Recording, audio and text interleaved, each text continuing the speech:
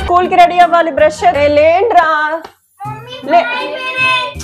లేండి బ్రష్ లేండి.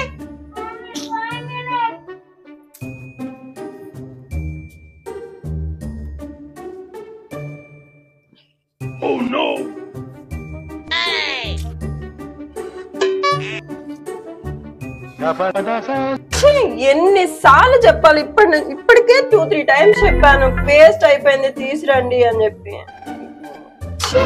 ఎన్నిసార్లు చెప్పిన వేస్ట్. టైం అయిపోతుంది, పిల్లలు బ్రష్